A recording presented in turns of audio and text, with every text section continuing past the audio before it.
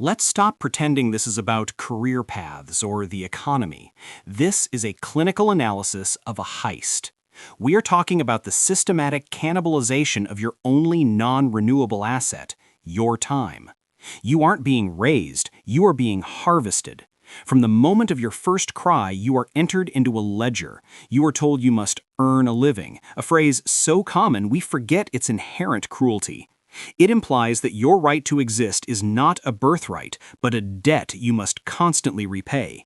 You are born into the red, and every hour of your life is a payment toward a balance that never hits zero. It begins in the classroom, the training camp for obedience. Your childhood isn't a time of wonder, it's a process of breaking your spirit so you learn to sit still while your life is drained. You are taught that your worth is a letter on a page, and your time isn't yours unless someone authorizes it. You are taught to equate your presence with productivity and your worth with your output. This is the Great Extraction, a system that views you not as a living being, but as a unit of labor to be optimized. By the time you reach 20, the shackles are invisible. You've been programmed to believe that freedom is just the short distance between the end of your shift and the start of your sleep. Then comes the career, a sanitized word for the slow-motion sale of your organs. Employers don't just hire you, they lease your existence. They buy the light in your eyes, the firing of your synapses, and the strength of your back. You are trading the peak of your biological vitality, your 20s, 30s, and 40s, for the privilege of not starving. Your days are no longer yours. They belong to whoever pays you. The horror lies in the taboo of existence. If you are not producing, you are wasting time. If you are resting, you are lazy. You have been programmed to feel a gnawing guilt during the moments you aren't being exploited. The system has colonized your very conscience, making you your own most ruthless foreman. It is a devastatingly effective heist. You don't even own your awakening. Your mornings are foreclosed by a corporation before you've even opened your eyes. The alarm clock is the starting gun for someone else's race, an act of daily violence against your biology. The most creative, quiet, and capable hours of your day are sold off to the highest bidder. You don't wake up to live, you wake up to report to duty. The evening is a psychological fiction. It is not your time, it is a transit zone. You arrive home as a hollowed-out shell, your battery flashing red, your cognitive reserves depleted. You aren't relaxing with a book or a hobby, you are sitting in the waiting room of tomorrow's shift. You shove food into your face not for pleasure but for fuel.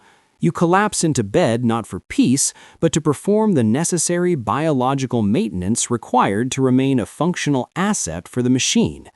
You aren't living a life, you are refueling a vehicle you don't even own. The weekend is not free time, it's logistical triage. You don't spend Saturday and Sunday recovering, you spend them performing the unpaid labor required to keep your life from collapsing. Between laundry, groceries, and the looming Sunday scaries, your time is spent on preventative maintenance. You are simply servicing the machine, yourself, so it doesn't break down on the assembly line Monday morning. You aren't free, you're just in the shop for repairs. Even your time off isn't yours. It is limited, approved, and counted by a supervisor. Your vacations are not acts of freedom, they are release valves designed to lower the internal pressure just enough so the machine doesn't explode.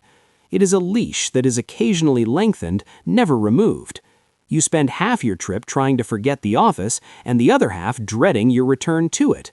You are granted a few days of respite only to ensure you remain a functional asset for the other 300. Retirement is a speculative gamble. You are told to sacrifice your now for a later that is never guaranteed. You are betting your youth against a future you may never live to see. And if you do reach that finish line, you are handed the scraps.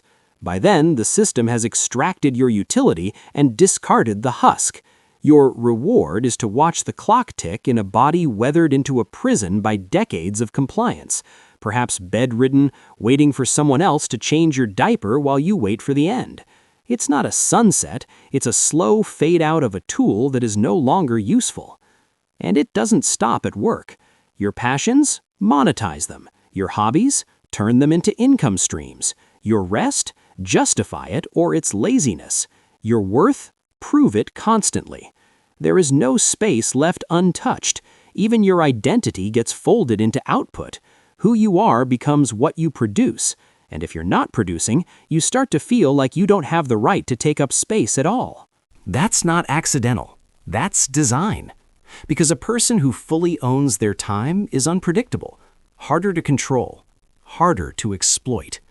But a person who's tired, financially pressured, and psychologically conditioned to equate worth with productivity, that person will comply and will self-regulate. That person will defend the very structure that's consuming them. The most disturbing part isn't the theft, it's the Stockholm Syndrome. People will defend their own cages. They say, that's just life, as if the theft of their one and only existence is an acceptable baseline.